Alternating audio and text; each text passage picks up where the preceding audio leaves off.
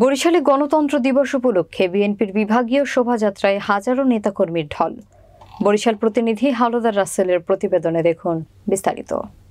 রবিবার সকাল থেকে বরিশাল নগরী জুড়ে স্লোগানে মুখর নগরীর বান্দর রোড এলাকা। বেলা 10টার সময় বিভিন্ন জেলা এবং উপজেলা থেকে খণ্ড খণ্ড মিছিল নিয়ে সমাবেশ স্থলে জড়ো হন বিএনপির নেতাকর্মীরা।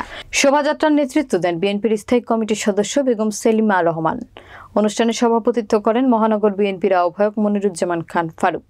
অন্যান্যদের মধ্যে উপস্থিত ছিলেন কেন্দ্রীয় বিএনপির সহ সাংগঠনিক সম্পাদক আকন কুদ্দুসুর রহমান, জেলা বিএনপির সভাপতি আবুল হোসেন খান, মহানগর বিএনপির সদস্য সচিব জিয়াউদ্দিন শিকদার, মহানগর বিএনপির সিনিয়র যুগ্ম আহ্বায়ক আফরোজা খানম নাসরিন, কে এম শহীদুল্লাহ, মহানগর স্বেচ্ছাসেবক দলের আহ্বায়ক মশিউর রহমান মঞ্জু, সদস্য সচিব খান মোহাম্মদ আনোয়ার, মহানগর ছাত্র দলের সভাপতি রেজাউল করিম রনি সহ কেন্দ্রীয় ও স্থানীয় নেতৃবৃন্দরা অনুষ্ঠানে উপস্থিত ছিলেন।